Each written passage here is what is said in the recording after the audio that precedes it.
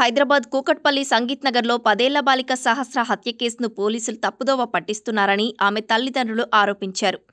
నిందితుడు మైనర్ అని చెప్పి కఠిన శిక్ష నుంచి తప్పించే ప్రయత్నం చేస్తున్నారని మండిపడ్డారు. క్రికెట్ బ్యాట్ కోసం వచ్చి తమ పాపను చంపాడని చెప్పడం సరికాదన్నారు. ఈ క్రమంలోనే బంధువులు స్థానికులతో కలిసి కూకట్పల్లి పోలీస్ స్టేషన్ ముందు జాతీయ రహదారిపై బాలిక తల్లిదండ్రులు ఆందోళన నిర్వహించారు. తమ కుమార్తెను హత్య చేసిన నిందితుడిని కఠినంగా శిక్షించాలని డిమాండ్ చేశారు. అతడిని ఎన్కౌంటర్ చేయాలని నినాదాలు చేశారు. బాధితుల ఆందోళనతో కూకట్పల్లి పిఎస్ వద్ద ఉద్రిక్తత చోటు చేసుకుంది.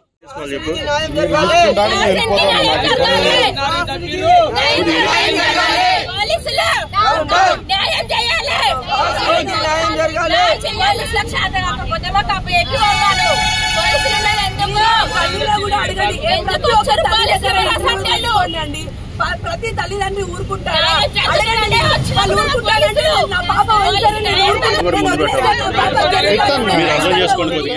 సహస్ర తల్లిదండ్రులు నేషనల్ హైవేపై ఆందోళనకు దిగడంతో ట్రాఫిక్ కి అంతరాయం ఏర్పడింది. దీంతో వారిని తొలగించేందుకు పోలీసులు ప్రయత్నించారు. అయితే సహస్ర తల్లి రేణుక తీవ్రంగా ప్రతిఘటించారు. పోలీసులు నచ్చజెప్పినా వినలేదు. తమకు న్యాయం జరిగే వరకు ఇక్కడి నుంచి కదిలేది లేదని భీష్మించి కూర్చున్నారు. రోడ్డుపైనే మీడియాతో మాట్లాడుతూ నిందితుడి తల్లిదండ్రులపైన మండిపడ్డారు. ఇంట్లో కుర్రాడు ఏం చేస్తున్నాడు, స్కూల్కి ఎందుకు వెళ్లట్లేదు అని తల్లిదండ్రులు పట్టించుకోరా అని ప్రశ్నించారు. తనకు కలిగిన బాధే నిందితుడి తల్లిదండ్రులకు కూడా కలగాలని వ్యాఖ్యానించారు.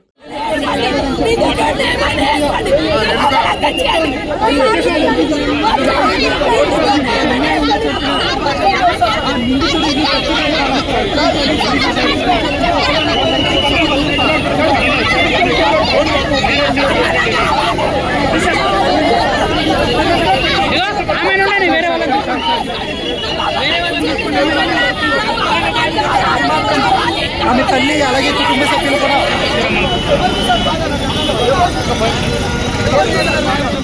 అంతా మాట్లాడతాను. న్యాయం కావాలి, న్యాయం కావాలి, న్యాయం కావాలి.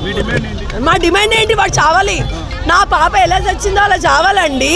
ప్రపంచానికి చూపియండి. మీరు ఆడు చచ్చాడు అని వాడిని చూపియండి. నా ముంగట చంపండి, మా ముందు చంపండి, టీవీలో అందరి ముందు చంపండి. అదే డిమాండ్ చేసేది. డిమాండ్ చేయడానికి ఏం లేదు ఇక్కడ. ఏముంటుంది చెప్పండి? ఒక తల్లి ఆవేదన ఏముంటుంది చెప్పండి? ఒక 1 అవర్లో ఒక మంచి పిల్ల మీరు చూసుంటారు. ఏం ప్రాబ్లం ఉందండి ఆ పిల్లకి చెప్పండి? నేను ఎందుకు డిమాండ్ చేయకూడదు?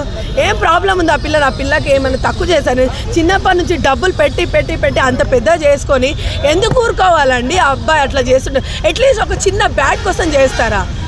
రేపు చిన్న చాక్లెట్ కోసం కూడా చేస్తారని వదిలేస్తారా? తల్లిదండ్రులకు కూడా శిక్షించాలండి.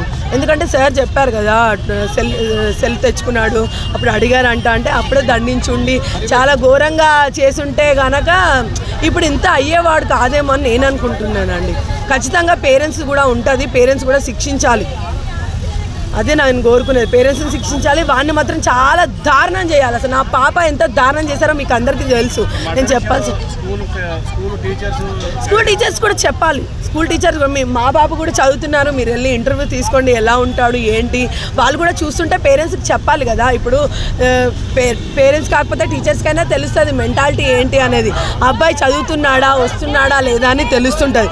సో పేరెంట్స్ అయినా ఇన్ఫార్మ్ చేయాలి కదా, చుట్టుపక్కల వాళ్ళకి కావచ్చు. కానీ పేరెంట్స్కి చెప్పుంటే వాళ్ళని దండించలేరా అని నేను క్వశ్చన్ చేస్తున్నానండి. సతాయించారు, మమ్మల్ని సతాయించారు. అంతమందిని సతాయించినప్పుడు కూడా వాళ్ళ పేరెంట్స్ వచ్చి ఒప్పుకొని అవునండి చేశారు అని అంటే ఇట్లా చేశాడు అట్లా చేశాడు అని ఉంటే ఇంతవరకు వచ్చేది కాదు కదా. అప్పుడే ఒక్కరిని పట్టుకొని అడుగుతుండే కదా, మీకు కూడా క్లారిటీ వస్తుండే కదా. ఇంత హైదరాబాద్ మొత్తం తెలంగాణ మొత్తం ఇంత అయిపోవడానికి రీజన్ ఏంటి?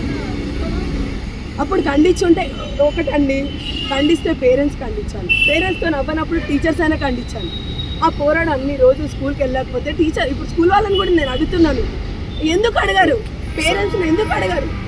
అన్ని రోజులు స్కూల్కి వెళ్ళకుండా ఎప్పుడు స్కూల్కి వెళ్ళకుండా ఉంటే ఎందుకు అడగారు? ఇప్పుడు ఆ గల్లీలో అంతమంది పిల్లలు తిరిగాడు, అంతమంది పిల్లలు కూడా వాళ్ళతో తిరిగి ఏమైనా నేర్చుకోవచ్చు కదా, ఎంత కొంత నేర్చుకుంటారు కదా.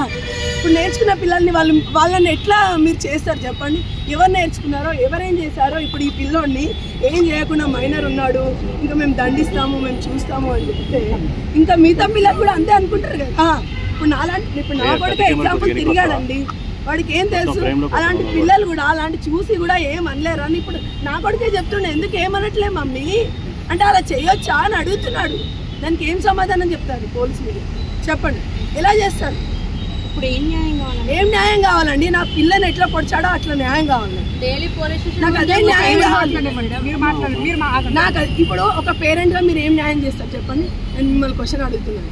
మీరు కన్న తల్లి ఒక పేరెంట్ని ఇప్పుడు అంతా చంపాడు కదా, వాళ్ళ తల్లి తండ్రి ఏమైనా అయిపోయినండి నా సంబంధం. వాళ్ళ ప్రమేయం కూడా ఉంది ఇలా, ఖచ్చితంగా ఉంది, లేదని నేను చెప్పాను, ఖచ్చితంగా ఉంది. 5 days నుంచి కూడా వాళ్ళు ఇన్ఫర్మేషన్ చెప్పట్లేరు అంటే అసలు మొబైల్ తెచ్చుకున్నప్పటి నుంచే అన్నారు అంటే ఎంతవరకు ఉందో మీరు ఆలోచన చేసుకోండి. సార్ చెప్పినప్పుడే మీరు ఆలోచన చేసుకోవాలి ఎంతవరకు వాళ్ళ ప్రమేయం ఉంది, అసలు ఎందుకు చెప్పకుండా ఉన్నారు, ఎందుకు అట్లా వదిలేశారు పిల్లల్ని చెప్పండి. ఇప్పుడు ఇంటికి వచ్చాడండి ఇంటికి ఎప్పుడు ఒక్క బర్త్డేకి మాత్రమే వచ్చాడండి. ఆ విషయం కూడా అసలు వాళ్ళ డాడీకి తెలియదు. రాకముందు తెలుసుంటే మాత్రం వస్తాడు అని.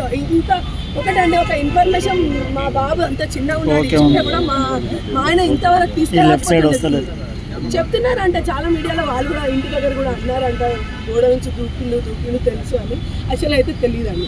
తెలిస్తే ఎక్కడి వరకు తీసుకురాము. ఫస్ట్ ఆఫ్ ఆల్ నేను ఎందుకు నా పిల్లని చంపుకుంటానండి? ఎవరో వస్తున్నారు చేస్తున్నారని. అక్కడ చుట్టుపక్కల వేరే ఇల్లు ఉన్నాయా? పోనీ ఎవరికోసమో వస్తున్నాడు అనుకోవచ్చు.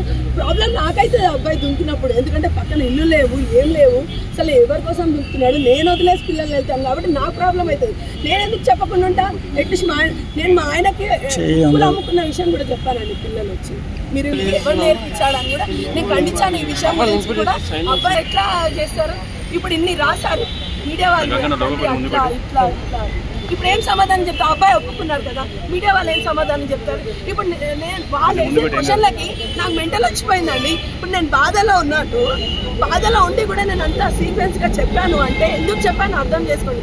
సరే ఇంత కూడా మిస్బిహేవ్ చేయకుండా అంతా తిప్పి వాళ్ళకి అక్కడ ప్రూఫ్స్ లేవు, పోలీస్ వాళ్ళకు కూడా ప్రూఫ్స్ లేవు. ఇంకేస్ ఏమన్నా ఒప్పుకోకపోయినా చేయకపోయినా ఎవరిని అంటారు చెప్పండి? ఇక్కడ ఏం సీసీ కెమెరా లేదు, ఏం పిల్లలతో ఆడుతుంటేనా అండి అబ్బాయి? ఏ అబ్బాయి అండి? మా అబ్బాయి మొత్తం చిన్న పిల్లలతో. ఈ అబ్బాయి కూడా వచ్చేటోడా? ఆ అబ్బాయి మా ఇంటికి రాడండి, ఒక బర్త్డేకి వచ్చాడు. మొన్న రీసెంట్గా 2 times అందరు పిల్లలు కలిసి వినాయక చవితి చందాకి వచ్చాడు. ఆ విషయం కూడా మా ఆయనకు తెలియదు. ఎవరు ఇచ్చారు చెప్పండి? అసలు ఎవరికన్నా ఒక చిన్న అనుమానం అని వచ్చినా అసలు ఆ మైండ్ సెట్ ఏంటండి పిల్లోడిది? 10th class మైండ్ సెట్ ఏనా అండి? మీరు చెప్పండి. ఆ రాసుకోవడం ఏంటి, అసలు చేయడం ఏంటి? ఇది ఎప్పటికైనా ప్రమాదం జరుగుతుండేనే జరగకపోతుండేనా? మీరే చెప్పండి. మరోవైపు సహస్ర తల్లిదండ్రులకు మద్దతు తెలుపుతూ ఈ కేసు వివరాలను ఆరా తీసేందుకు ప్రజాశాంతి పార్టీ అధ్యక్షుడు కేఏ పాల్ కూకట్పల్లి పోలీస్ స్టేషన్కు వచ్చారు. స్టేషన్ సీఐని కలిసి కేసు వివరాలు అడిగి తెలుసుకున్నారు. కేఏ పాల్ రాకతో కూకట్పల్లి పోలీస్ స్టేషన్ వద్ద కాస్త హడావిడి కనిపించింది.